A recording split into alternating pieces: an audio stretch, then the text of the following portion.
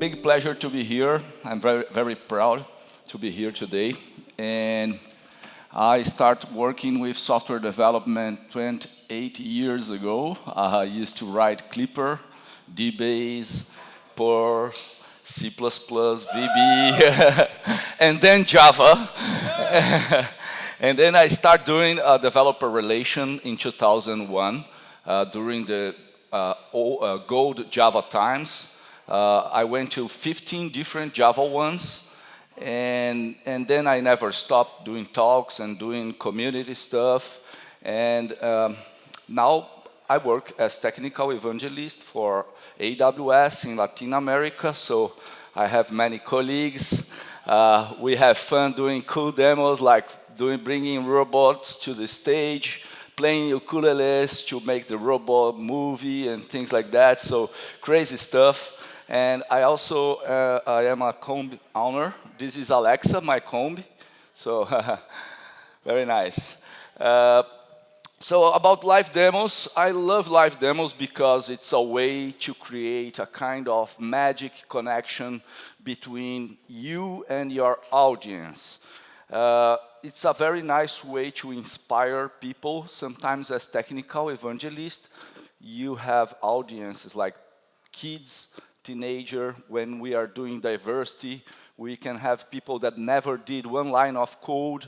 So showing the things working for this kind of audience is very important. And I also do many conferences like enterprise, executive conferences, and the live demos always save my life because they are talking like FiberCon. They are talking during all the day just about fiber technologies, and then you just show up in the stage and do some live demos showing real stuff happening, machine learning, inference, and they just got crazy. So, and I think that is a very nice way to pass your marketing message to your audience. You make your live demo, you make the magic happen, and then you explain which kind of technology is behind your live demo. I think that is much more fair than just doing marketing slides. But can be a tragic connection. When you do live demos, I really, my sleep quality is very different when I have a live demo to do in the next day. I really sleep with my live demo, and during the night I think about the script, plan A, plan B, plan C. I dream with that, and you must be committed this way to make your live demo happen. So many things can misbehave on the stage when you are doing live demos. So let's see some tips and tricks. For me, live demos is not live coding. Live coding is one way of doing live demos. For me, live demos start when you use your own laptop to change slides. You already have many risks of doing that. Especially with Mac computers and adapters and crazy projectors and things like that.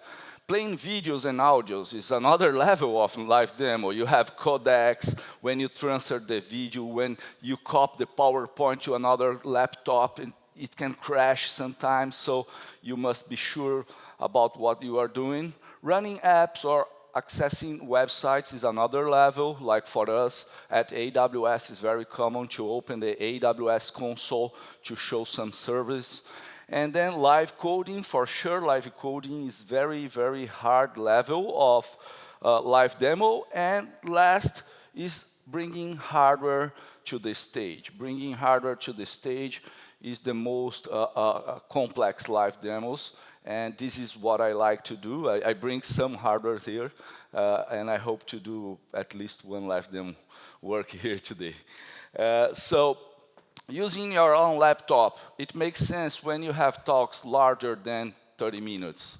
Like here, 20 minutes, exchanging laptop for the conference organizers and dealing with many problems. Or you must ask to the speakers to come in the day before to test everything, and sometimes you don't have the venue available to do that. So I think that it's very good to use your own laptop when you have 1 hour talk. And if you are using your laptop on big stages, like if you are presenting, like for me at AWS Summit, they use like fiber cables instead of HDMI. And then in the end, you have a big adapter to convert the fiber to HDMI, and then you plug this adapter here, it takes all the space of other ports, and then you cannot plug your clicker here anymore. And this kind of problem can happen, and you must be like pay attention in many different details on big stage because you don't have the control. I used to go a lot to universities, and then at university you just bring the chair, you just adjust the projector, and it's up to you. In big venues, no way to do that. So cables, adapters, and everything, this is your responsibility to bring something like this where you have everything here. So don't expect the venue to have HDMI, VGA converter. If you are an evangelist, you must have your setup with you. You must bring your setup. So master the art of changing the audio output. I saw many developers speaking, and then they plug the HDMI, the audio goes through the HDMI, and they don't know how to change the audio. So if you do presentations, you play video, you play audio, you must domain the art of setting your audio. And it happened with me twice in Brazil. I travel like 5 hours driving to some university, and then I arrive there, and we run out of energy. And then I say, come on, 10 hours driving. I will not back home without doing any talk. And then I just use my laptop battery to guide the slides, no projector, no energy, no audio, and I did my presentation. So think about it. You are a technical evangelist, you are a developer advocate. Sometimes you travel very far to do a talk, and then you don't want to back home without anything in your hand. Take care with video codecs. I have many problems, especially on big stages and big projectors. I don't know the reason why, but take care with that. So, internet, the same thing. If failure is not an option, Wi-Fi venue is not an option as well. Bring your own Wi-Fi. But, on the other hand, if you do hackathons or workshops or sometimes like a longer conferences, they provide a cable, and the perfect setup is when you can bring your own router, especially for us from IoT, you can bring your own router and everything is configured, and so it's a dream. But I'm using 4G, my cell phone, to provide internet. I have a plan from Brazil that covers all Americas, so I can work, my territory is Latin America, and I have many good experiences using my cell phone to provide internet and do my demos with IoT, with robots, machine learning, and things like that. So you can trust, at least for some operators, you can trust 4G for doing your talks. Take care.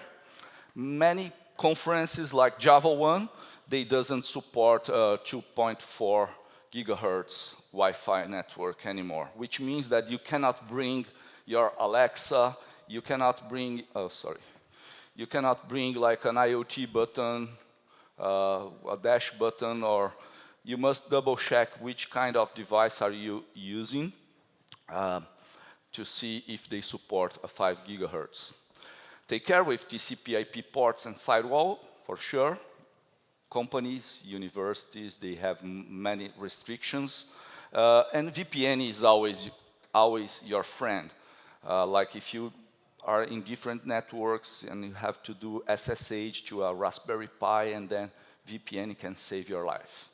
And if you travel a lot, if you live in airports, a good investment would be this guy. This guy is amazing 4G router that you pay as you go, you pay per day, and it's not expensive. You buy the device, it's less than $200. The device is a power bank as well, and then it's a very nice one. Live coding. So this topic is very hot. Everybody's live demo is live coding. No, for me, live demo can be many different things. Live code is one. It's not easy to do live coding. But what I don't like, I have some friends that they try like, today I'm tired about my slides. I already did this presentation 20 times, and today I will not use my slides. I will do just live coding. And then it's a big fail, because no script. It looks like doing live code is less working than preparing slides, but it's not true. Preparing a 1 hour talk for doing live coding, much more work than preparing slides. So I have some friends. Venkat, he's a very famous guy from Java community. He's, for me, a master speaker. You must see some video on YouTube. So, and he do lots of live coding, and I was surprised with this tweet, like, live coding, no, no, no. Okay, if you want to do, prepare. And another friend said that I like to do live code, but I always use Git tags to help me syncing and have the stages and things like that. And basic stuff from my colleague, Julio. Large font, take care about the details, large font, write the code on top of the screen, and things like that.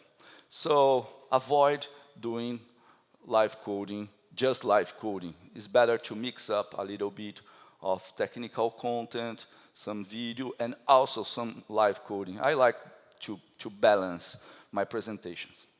So I love to use Alexa during my talks because you can write an Alexa skill in less than 15 minutes.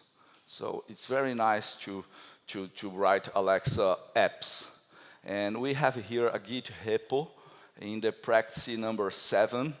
You can follow the instructions, and I promise, less than 15 minutes, you can have your Alexa skill done.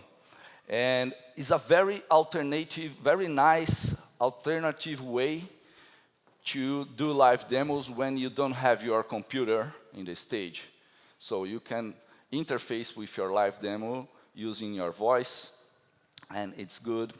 So many different possibilities, and sometimes can be tricky if you have a low quality internet. And so let me check one thing here. Alexa, ask a Brazilian robot to say hello. Hey, ugly robot, say hello to the dev. Good afternoon, DevRelCon Conference attendees. I am so happy because in some hours we will be drinking beers together. It's Friday. Yes. So you can do this kind of... It's very fast, It's very simple, very fast, but for a teenager, for someone that is not a developer, you can change the code, change the phrase, and have fun. Let's try something else. Alexa, ask Brazilian robot to turn on light. Aha, I have here in the backstage the light, okay. So here I bring a little bit more complexity.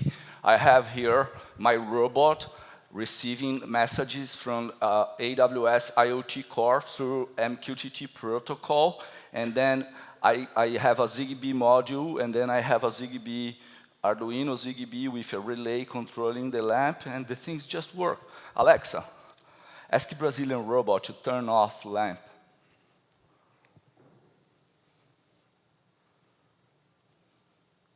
Turning relay off. You see? You can see the speed of light, of energy. So, yeah. And another one, the last one. So I can be free of my live demos this way. Alexa, ask Brazilian robot to take a picture. Taking an epic picture at DevRelCon San Francisco in 3, 2, 1. Okay. What else?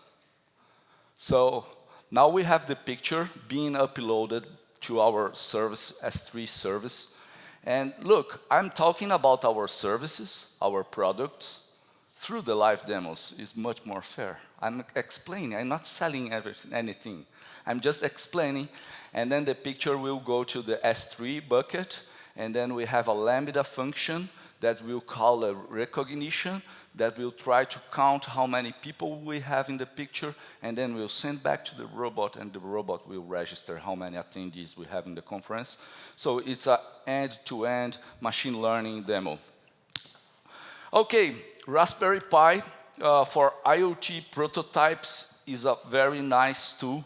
You really can rely on Raspberry Pi on stage. I did a lot of Raspberry Pi, Intel, Edison, Galileo, many, like 15 different boards. Raspberry Pi 3 is very, very, very stable.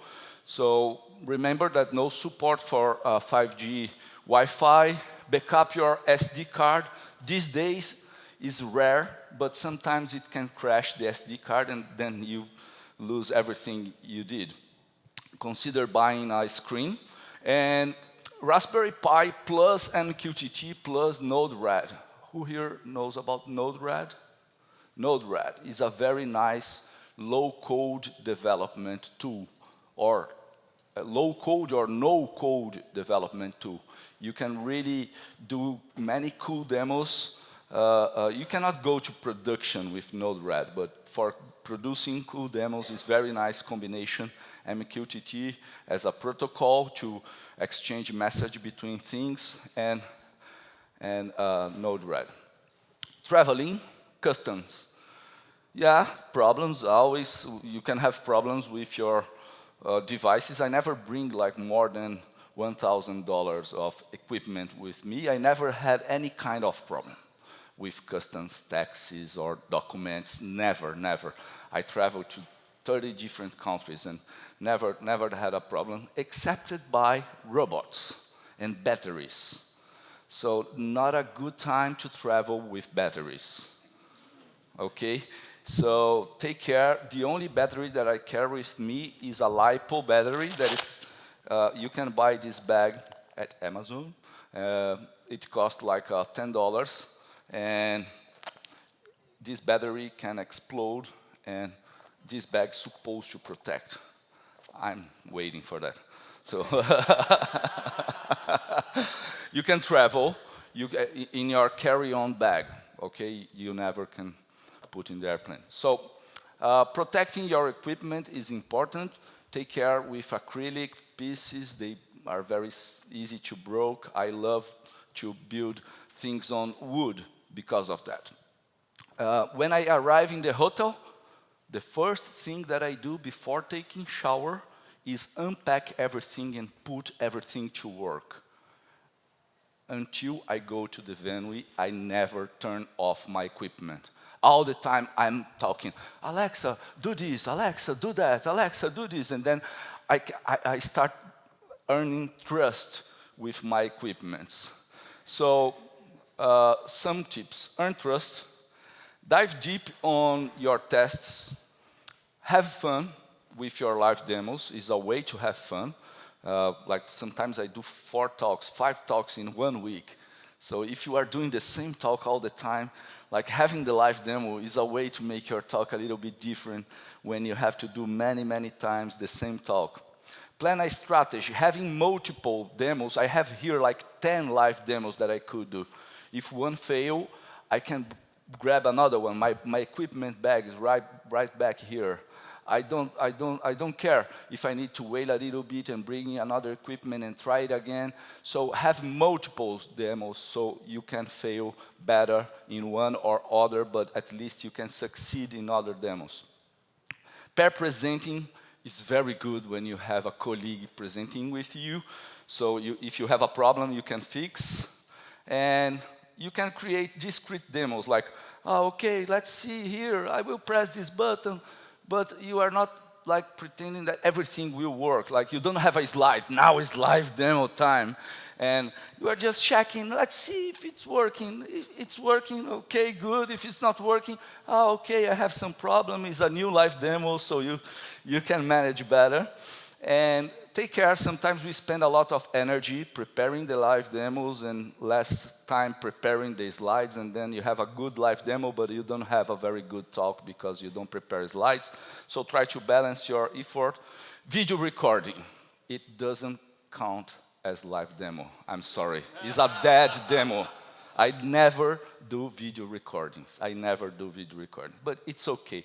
If you are at Microsoft doing a very big conference, I would recommend. Some tips from James Gosling. James Gosling is the king of live demos at Java One time. Don't overscript. Demos always misbehave. Go with the flow. Learn to love to improve. Yesterday I was here, and one of my colleagues, Mike Coleman, he said, my worst situation during live demos was this one. And unfortunately, he left the conference because his granddaughter just born. He was here yesterday, believe me. Look this.